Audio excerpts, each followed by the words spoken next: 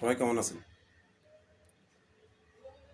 আশা করি সবাই এই দুর্যোগপূর্ণ আবহাওয়া বা দুর্যোগপূর্ণ দেশের অবস্থায় ভালো আছে। একটু কথা বলার জন্য ভিডিওটা করা। সেটা হলো, আমাদের দেশের মানুষ এত শিক্ষিত, এত বোঝে,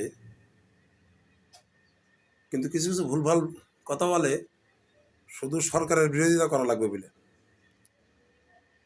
সবার হাতে মনে নেই যে রাশিয়া থেকে রূপপুর পারমাণবিক বিদ্যুৎ কেন্দ্রের যন্ত্রাংশ কেনার পরে সেই জাহাজ বাংলাদেশে ভিড়তে পারিল না। সেই জাহাজটা কলকাতা বন্দরে ভিড়ে কলকাতাকে ট্যাক্স দিয়ে, মানে ইন্ডিয়াকে ট্যাক্স দিয়ে তারপরে আমাদের দেশে ভিড়ানো লাগিল, মানে মাল আসিল। আর এখন বিএনপি সরকার আমেরিকার কাছ থেকে 2 মাসের অনুমতি নিয়ে রাশিয়া থেকে তেল কিনবে। এটা নিয়ে দেখলাম আজাদি না গোলামি, গোলামি না আজাদি, এইসব কথাবার্তা এই যে আমাদের দেশের সরকার বিরোধী যারা আছে তারা করতে পারে, কিন্তু তাদের জ্ঞাতার্থে জানাচ্ছি, তাদের এতটুকু জ্ঞান থাকা উচিত যে আওয়ামী লীগ সরকার 17 বছর ক্ষমতা থাকা অবস্থায় রাশিয়া বা ইরান থেকে তেল কিনেছে কিনা। পৃথিবীর সব দেশ চাইলেই আমেরিকার অনুমতি বাদে সব দেশের ক্ষমতা নাই যে রাশিয়া বা ইরান থেকে তেল কেনার বা রাশিয়া বা ইরানের জাহাজ এই দেশে ভিড়ানো বা তার দেশে ভিড়ানো। এমন ক্ষমতা খুব কম দেশেরই আছে, কারণ বিশ্ব বাণিজ্য নিয়ন্ত্রক হলো আমেরিকা।